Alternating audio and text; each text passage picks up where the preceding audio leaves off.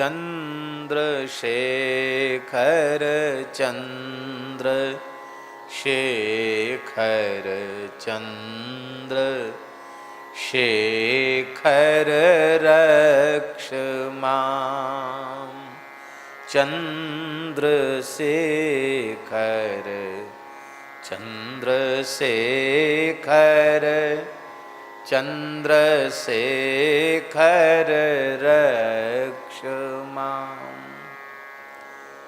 चंद्रशेखर चंद्रशेखर चंद्रशेखर पाहि मां चंद्रशेखर चंद्रशेखर चंद्रशेखर पाहि मां चंद्रशेखर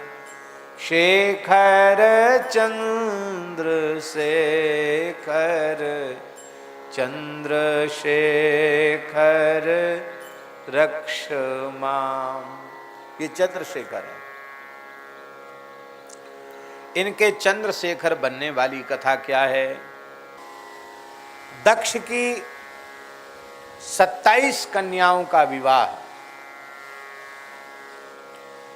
चंद्रमा के साथ हुआ, जिन्हें रोहिणी आदि 27 नक्षत्र कहा जाता है। चंद्रमा का प्रेम रोहिणी से बहुत अधिक था।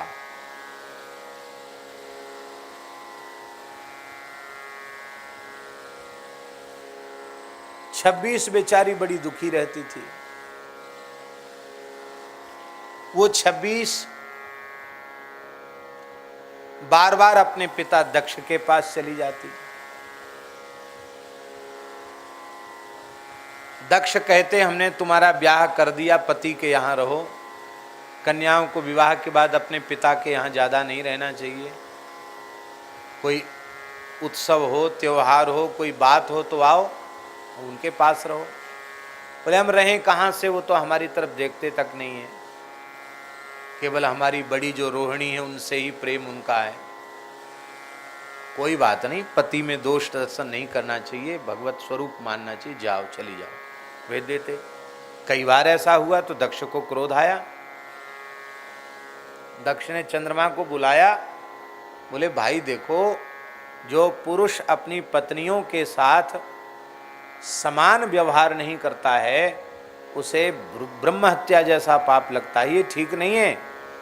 तुम समान व्यवहार करो, ये सब तुम्हारी पत्नियां हैं, सबको एक साथ एक जैसा व्यवहार करो। चंद्रमा हाथ जोड़कर कहते कि ससुर जी जो आप कहोगे सो ही मानेंगे, पर करते अपने मन का ही। इस बार दक्ष की 26 पुत्रियां लौट करके आ गईं और आकर के उन्होंने कहा पिताजी, रोते हुए कहा पिताजी अब हमें बाध्य नहीं करना वहाँ जाने के लिए, अब आप कृपा करो, या तो अपने चरणों में रहने की अनुमति दो और नहीं तो हम जंगलों में जा कर के तप करके अपने देह को सुखा डालेंगी, हम लौट कर अब ससुराल नहीं जाएंगी। क्यों? बोले उनके व्यवहार में कोई अंतर नहीं आया।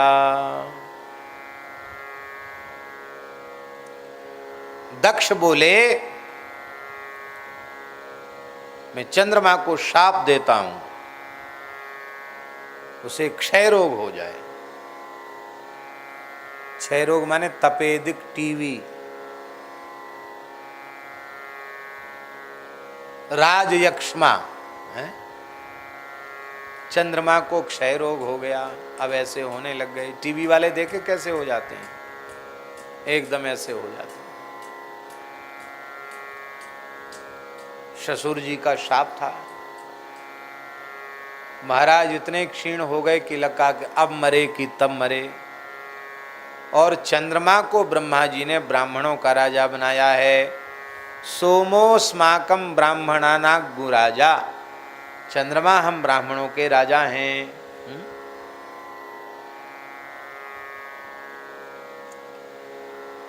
पूरा मंत्र नहीं उठ रहा, क्या है पूरा मंत्र, क्या है भाई? सोमोस्माकम ब्राह्मणा नागु राजा, ये तो आखिरी भाग है मंत्र का है।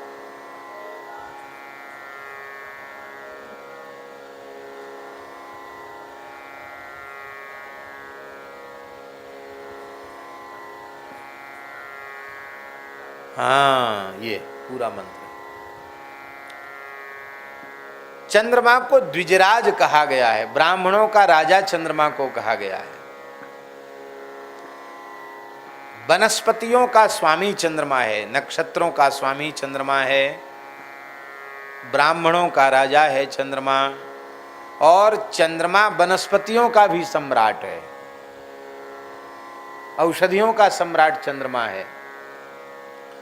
और चंद्रमा ही पलाश वृक्ष के रूप में उत्पन्न हुआ है, इसलिए चंद्रमा पलाश वृक्ष, चंद्रमा का पलाश जानते हैं ना, ढाक छेवला जिसको कहते हैं, ये ढाक पलाश छेवला ये जो है चंद्रमा का स्वरूप है।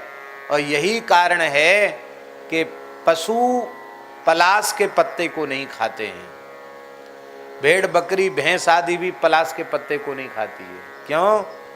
वो मानती है कि ये हमारे राजा हैं, राजा का सम्मान रखती है। आग धतूरा खा जाएगी, भेड़ बकरी सब खा जाती है, पलाश नहीं खाती, छेवला नहीं खाती। बिना देव पूजा और बिना पितृकर्म के पलाश तोड़ने वाले को ब्रह्म हत्या का पाप लगता है। पलाश की समिधा बहुत श्रेष्ठ मानी जाती है। समिधा दान जो होता है ना, ब्रह्मचारी समिधा दान करते हैं, वो समिधा दान वस्तुतः पलाश की लकड़ी से ही होना चाहिए। घी तिल जौ चावल की जरूरत नहीं है, खाली समिधा लेकर स्वाहा कर देने से समिधा दान हो जाता है। चंद्रमा संतुष्ट हो जाते, देवता संतुष्ट हो जाते हैं, इसलिए बटुक ब्रह्मचारी पलाश दंड धारण करते हैं, उनका ब्रह्मतेज सुरक्षित होता है, राजा उनके पास रहता है। चंद्रमा चंद्रमा का प्रतीक है। ये पलाश दंड, इसमें सामान्य मत समझना है, इसको बहुत बड़ी शक्ति होती पलाश दंड में।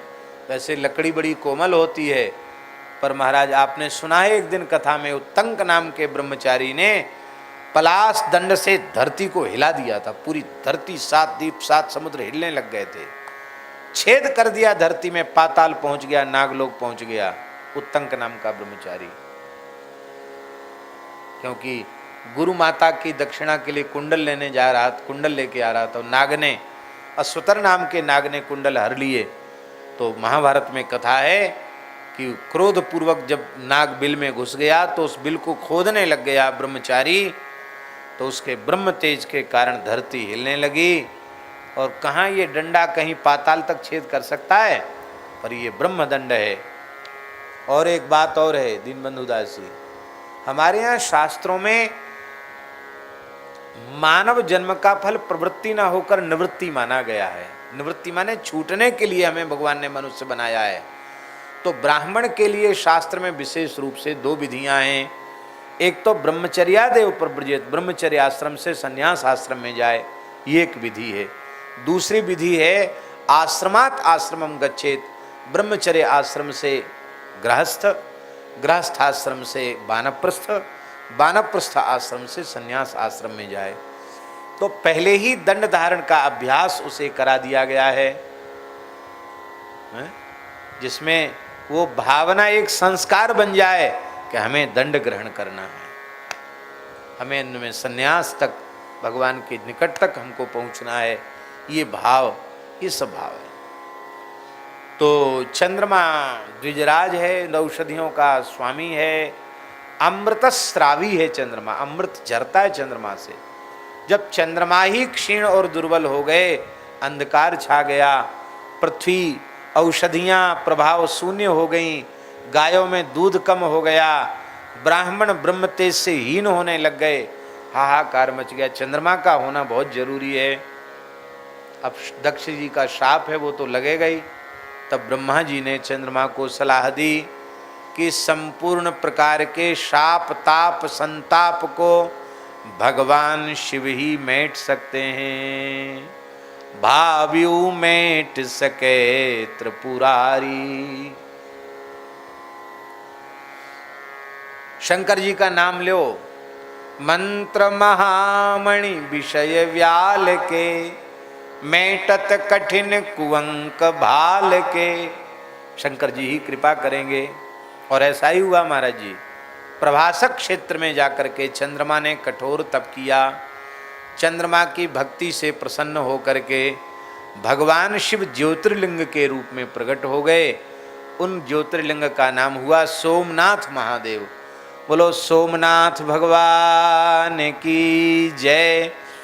और यही भगवान शिव ने सोम माने चंद्रमा को अपनी जटाओं में धारण कर लिया।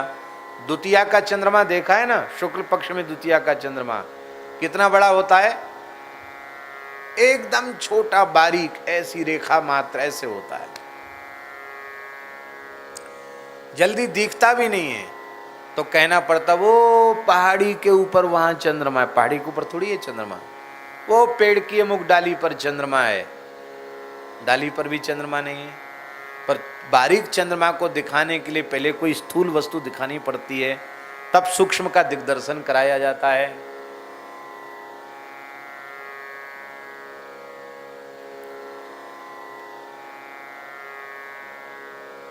तो द्वितीया का चंद्रमा जितना होता उतना क्षीण हो गया था। उस चंद्रमा को भगवान शिव ने प्रसन्न होकर ये शरण में आया है। तब भगवान शिव ने उस चंद्रमा को उठाकर अपनी जटाओं पर पधरा लिया। भगवान शिव का नाम चंद्रशेखर हो गया। बोलो चंद्रशेखर भगवान की।